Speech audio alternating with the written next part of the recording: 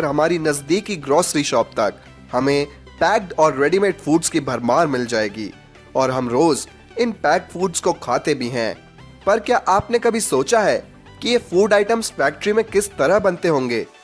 हमारे favourite readymade foods किस तरह फार्म से लेकर फैक्ट्री का सफर तय करते हैं? आज इस वीडियो के जरिए हम आपको बताने और दिखाने वाले हैं, तो तैयार हो जाइए हमारे साथ इस मजेदार सफर पर चलने के लिए, जहां हम आपको इन पैक्ड फूड्स का मैन्युफैक्चरिंग प्रोसेस दिखाएंगे। आइसक्रीम किसे पसंद नहीं होती? बच्चे से लेकर बूढ़े हर कोई आइसक्रीम को शौक से खाते हैं, और अगर वो आइसक्रीम अमूल की हो तो फिर तो बात ही क्या। इंडिया में अमूल की आइसक्रीम बहुत ही पॉपुलर है और हर कोई इसे खाता भी है। पर आज हम देखेंगे कि अमूल की फैक्ट्री में आइसक्रीम बनती कैसे है। आइसक्रीम का सफर डेयरी फार्म से शुरू होता है, जहां गाय का दूध निकाला जाता है और उसे अमूल के प्लांट में भेजा जाता है। यहाँ पहुंचने पर दूध की जांच करी जाती है और क्वालिटी इंश्योर करने के बाद उसे स्टोरेज साइलोज में पंप कर दिया जाता है। अब शुरू होता है फिल्ट्रेशन और सेपरेशन का प्रोसेस, जिसकी वजह से क्रीम दूध से अलग हो जाती है। अब इस क्रीम में चीनी और बाकी के इंग्रेडिएंट्स मिला दिए जाते हैं और फिर इस मिक्सचर को पैस्चराइज किया जाता है। कुछ और प्रोसेसेस करने के बाद इस लिक्विड को जमाने के लिए स्टोरेजेस में डाल दिया जाता है। अब शुरू होता है आइसक्रीम पैकिंग का टाइम। एक वैक्यूम मशीन प्लास्टिक टब्स को एक सर्कल में घुमाती है और स्टोरेज टैंक में भरी स्ट्रॉबेरी मिक्सचर और वेनिला आइसक्रीम नोजल्स के जरिए इन टब्स में भर के पैक हो जाती है। कॉर्नेटो भी कुछ इसी तरह बनती है। पहले एक मशीन खाली कोन्स को चॉकलेट से भरती है, फिर ऊपर से आइसक्रीम डाली जाती है और थोड़े ड्राई फ्रूट्स भी, जिसके बाद ये आइसक्रीम पैक करती जाती है। 1999 में लॉन्च होने के बाद से ही कुरकुरे इंडिया में सब लोगों को अपना दीवाना बना चुके हैं और इनका क्रेज कभी खत्म ही नहीं होता। तो चलिए आज देखते हैं कि कुरकुरे फैक्ट्री में आखिर बनते कैसे हैं। कोलकाता के पेप्सिको प्लांट में इन्हें बनाया जाता है। सबसे पहले प्लांट में रॉ मटेरियल लाया जाता है, जिसमें शामिल होता है कॉर्न मील, ग्राम मील और कुरकुरे का स्पेशल मसाला।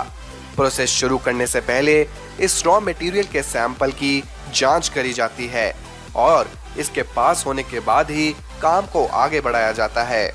अब राइस, कॉर्न, ग्राम और पानी को एक परफेक्ट वॉल्यूम में ब्लेंडर्स में डाला जाता है, जहां इन्हें ब्लेंड किया जाता है। कुरकुरे का मिक्सचर तैयार होने के बाद इस मिक्सचर को एक्सट्रूडर्स में भेजा जाता है, जहां कुरकुरे को अपनी टेढ़ी मेढ़ी शेप मिलती है। पर अभी इनमें वो चटपटा मसाला डालना बाकी है। एक कन्वेयर बेल्ट से गुजरते हुए ये कुरकुरे जब आगे बढ़ते हैं तो इनको फ्राई करा जाता है और फिर निकलने के बाद एक टम्बलर में डालकर इनमें मसाला मिक्स किया जाता है, जिसके बाद ये पूरी तरह से खाने को तैयार हो जाते हैं। बस फिर क्या, इन्हें पैक कर दिया जाता है और कंटेनर्स में भर दिया जाता है। ये है ऑस्ट्रेलियन हैंडमेड कैंडी, जिसे बनाने का प्रोसेस बहुत ही इंटरेस्टिंग और टेस्टी है। शुरुआत होती है चीनी को पानी में मिक्स करके उसे 160 डिग्री पर बॉईल करने से। उसके बाद इस लिक्विड को एक ट्रे पर डालकर उसमें कलर और फ्लेवर मिलाया जाता है। अब आप सोच रहे होंगे कि आपकी फेवरेट कैंडी में वो ग्लिटरी कलर और शाइन कैसे आती है। एक्चुअली इस शुगर मास को जब ट्रे पर ठंडा होने के लिए रखा जाता है, तब उसमें बबल्स फॉर्म होते हैं और इन बबल्स को फैक्ट्री वर्कर्स अपने हाथ से स्ट्रेच करते हैं, जिससे कैंडी को मिलती है एक ब्यूटीफुल शाइन। लास्ट में इन सभी कलर्स और फ्लेवर्स को ब्लेंड करा जाता है, जैसे पाइनएप्पल, वनीला या फिर लाइम। इसके बाद इस गर्मा गर्म कैंडी को स्ट्रेच करा जाता है और इसकी लंबी लंबी स्टिक्स बना ली जाती हैं। हैंडमेड होने के बावजूद भी ये वर्कर्स एक बार में 3000 कैंडी पीसेस तैयार कर लेते हैं और इस पूरे प्रोसेस में करीब 1 घंटा लग जाता है, पर ये कैंडी होती बहुत टेस्टी है। सैंडविचेस खाना किसे नहीं पसंद, लेकिन क्या आप जानते हैं कि उस सैंडविच में लगी हुई ब्रेड को किस तरह बनाया जाता है? शुरुआत होती है वीट को हार्वेस्ट करने से, जहां मशीन्स खेतों में से गेहूं की फसल को कलेक्ट करके फैक्ट्री तक लाती हैं। गेहूं को पीसने के बाद यहाँ सबसे पहले फ्लावर को यीस्ट, नमक, चीनी और पानी के एक मिक्सचर में ब्लेंड करा जाता है। यीस्ट ऐड करने की वजह से ब्रेड को मिलती है एक यूनिक फ्लफीनेस। ये मिक्सचर एक बहुत बड़े ड्रम में ब्लेंड करा जाता है, जिसके बाद ये मिक्सचर बिल्कुल आटे जैसा बन जाता है। अब इस डो को बड़े बड़े पीसेस में कट करके एक मशीन के थ्रू पास किया जाता है, जिसमें से ये डो छोटी बॉल्स में बनकर निकलता है। इन बॉल्स को ट्रेज में रखकर कन्वेयर बेल्ट पर पास करा जाता है और एक स्प्रेयर इन पर बटर स्प्रे करता जाता है। इसके बाद इन दो बॉल्स को ओवन में डाल दिया जाता है और फिर कुछ ही देर में ये ब्रेड आपके खाने के लिए बिल्कुल तैयार हो जाती है। क्या आपने कभी खीरे का अचार खाया है? अगर नहीं तो ये देखिए कि उसको बनाया कैसे जाता है। सबसे पहले खीरों को फार्म में से लेकर सॉल्ट वाटर में भरे टैंक्स में कुछ हफ्तों तक स्टोर किया जाता है, जिससे इन खीरों के अंदर तक नमक घुस जाता है। इस पिकल को दो तरीकों से बनाया जाता है।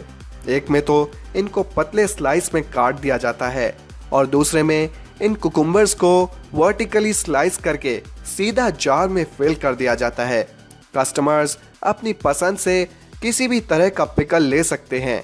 इस कटे हुए खीरे को कन्वेयर बेल्ट से गुजारा जाता है और फिर इन्हें ग्लास जार्स में भर दिया जाता है। अब इन जार्स को मशीन आगे बढ़ाती जाती है और इनमें भरती जाती है वो पानी जिसके लिए ये अचार जाना जाता है। इस पानी में अपना एक अनोखा टैंगी टेस्ट होता है। जार्स को सील करके इन्हें पैक कर दिया जाता है और इसी तरह से ये प्रोसेस पूरा हो जाता है।